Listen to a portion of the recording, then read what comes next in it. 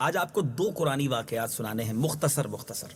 ایک تو آج ہم قرآن کے ذریعے جانیں گے کہ پہاڑوں اور پرندوں کی تسبیح کیا ہے۔ جی ہاں، پہاڑ اور پرندے بھی اللہ کی شان بیان کرتے ہیں، اس کی تسبیح بیان کرتے ہیں۔ ماجرا کچھ یوں ہوا کہ حضرت داؤد علیہ نبینا علیہ الصلوۃ والسلام اللہ تبارک و تعالیٰ کی تسبیح و تقدیس میں بہت زیادہ مشغول اور مصروف رہا کرتے۔ آپ اس قدر خوش الحان تھے، آپ کی آواز اتنی شاندار تھی کہ جب آپ زبور شریف پڑھتے تھے تو آپ کے وجد آفرین نغموں سے نہ صرف انسان بلکہ وحوش و طیور بھی وجد میں آ جاتے ہیں، یعنی جانور اور پرندے بھی وجد میں آ جاتے ہیں، آپ کے گرد جمع ہو کر اللہ تبارک و تعالیٰ کی حمد کے ترانے گاتے اور اپنی اپنی سریلی اور پرکیف آوازوں میں تسبیح و تقدیس میں حضرت داؤد علیہ نبینا علیہ الصلوۃ والسلام کی ہم نوائی کرتے۔ اور پرند ہی نہیں بلکہ پہاڑ بھی اللہ تبارک و تعالیٰ کی حمد و ثنا میں گونج اٹھتے تھے۔ چنانچہ حضرت داؤد علیہ الصلوۃ والسلام کے ان معجزات کا ذکر جمیل اللہ تعالیٰ نے سورہ انبیاء اور سورہ سبا اور صاد میں صراحت کے ساتھ بیان فرمایا۔ اللہ قرآن پاک میں ارشاد فرماتا ہے، وَسَخَّرْنَا مَعَ دَاوُودَ الْجِبَالَ يُسَبِّحْنَ وَالطَّيْرَ وَكُنَّا فَاعِلِينَ۔ اور داؤد کے ساتھ پہاڑوں اور پرندوں کو تابع بنا دیا کہ وہ پہاڑ اور پرندے تسبیح کرتے، اور یہ سب ہم ہی کرنے والے تھے۔ اور سورہ سبا میں کچھ یوں ارشاد ہوتا ہے، وَلَقَدْ آتَيْنَا دَاوُودَ مِنَّا فَضْلًا يَا جِبَالُ أَوِّبِي مَعَهُ وَالطَّيْرَ۔ اور بے شک ہم نے داؤد کو اپنی طرف سے بڑا فضل دیا، اے پہاڑوں اور پرندوں اس کے ساتھ اللہ کی طرف رجوع کرو۔ اور سورہ صاد میں ارشاد ربانی کچھ اس طرح ہے، إِنَّا سَخَّرْنَا الْجِبَالَ مَعَهُ يُسَبِّحْنَ بِالْعَشِيِّ وَالْإِشْرَاقِ وَالطَّيْرَ مَحْشُورَةً كُلٌّ لَهُ أَوَّابٌ۔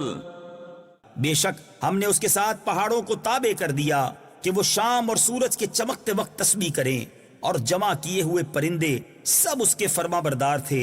میرے بیچ اسلامی بھائیوں، سیکھنے کو کیا ملا کہ بے عقل پرندے اور بے جان پہاڑ بھی جب اللہ تبارک و تعالیٰ کی تسبیح و تقدیس کا نغمہ گایا کرتے ہیں، جیسا کہ قرآن مجید کی آیتوں میں آپ سن چکے، تو اس سے ہم انسانوں کو کیا سبق ملتا ہے کہ ہم انسان جو عقل والے، ہوش مند اور صاحب زبان ہیں، ہم پر بھی لازم ہے کہ اپنے رب عز و جل کی حمد و ثنا سے زبان کو تر رکھیں اور اس کی تسبیح و تقدیس میں برابر مشغول و مصروف رہیں۔ حضرت شیخ سعدی رحمۃ اللہ تعالی اس سلسلے میں ایک بہت ہی لطیف اور بڑی ہی پیاری حکایت بیان فرماتے ہیں، اس کو سنیے اور عبرت حاصل کیجیے۔ ایک پرندہ صبح کو چہچہا رہا تھا تو اس کی آواز سے میری عقل و صبر اور طاقت و ہوش سب غارت ہو گئے۔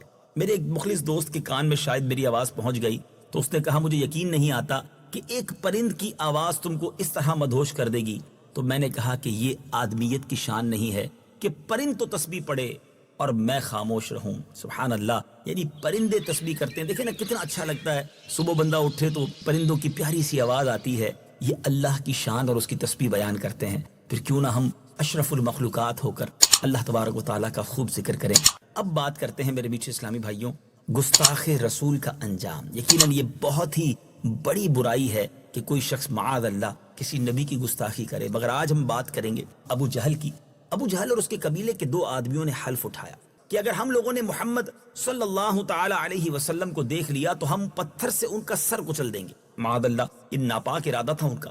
جب نبی پاک علیہ الصلوۃ والسلام نماز کے لیے حرم کعبہ میں تشریف لے گئے اور ابو جہل نے پیارے آقا علیہ الصلوۃ والسلام کو دیکھا تو ایک بہت بڑا پتھر اپنے دونوں ہاتھوں سے اٹھا کر چلا اور پیارے آقا علیہ الصلوۃ والسلام پر اس پتھر کو پھینکنے کے لیے اپنے سر کے اوپر دونوں ہاتھوں سے اٹھایا تو اس کے دونوں ہاتھ اسی کی گردن میں آ گئے۔ پتھر اس کے ہاتھوں میں چپک کر رہ گیا اور دونوں ہاتھ توق بن کر، یعنی گویا ایک یوں سمجھیے کہ ہار بن کر ٹھوڑی کے پاس بند گئے، اور وہ اس طرح ناکام ہو کر لوٹ آیا۔ اس کے دوسرے دن ولید بن مغیرہ نے جھنجھلا کر کہا، تم پتھر مجھے دے دو، میں اس کو ان کے سر پر دے ماروں گا، معاذ اللہ۔ چنانچہ اس بدنصیب نے بھی اس گستاخی کی کوشش کی، اس برے ارادے کا ارادہ کیا۔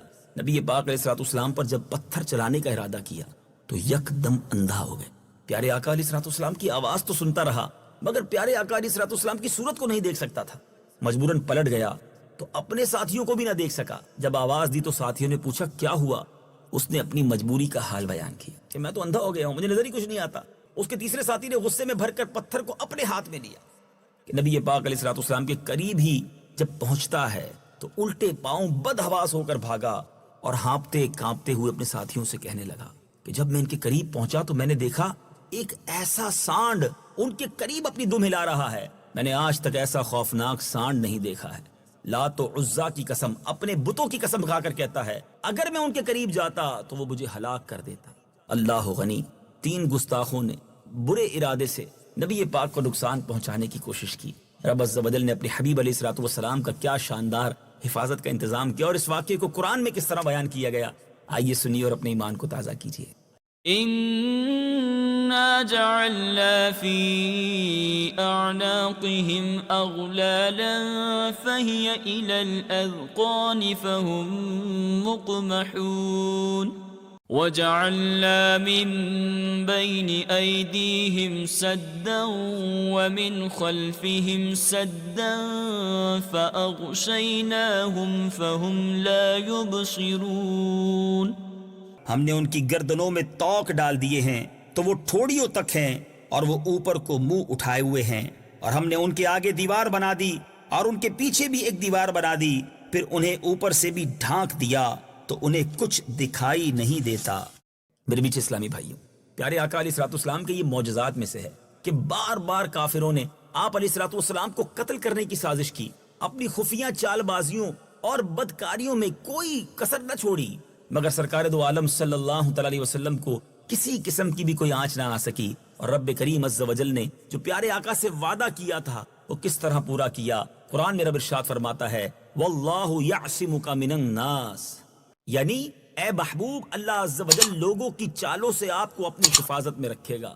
کیا شان ہے میرے آقا کی، اللہ کریم ہمیں نبی پاک سے سچی محبت عطا فرمائے، ہمیشہ با ادب رہنا نصیب فرمائے اور با ادب لوگوں کی صحبت عطا فرمائے، عاشقان رسول میں ہم سب کا شمار فرمائے۔ قرآن پاک کی کیا بات ہے، کتنے پیارے پیارے واقعات سیکھنے، سننے اور سمجھنے کو ملتے ہیں۔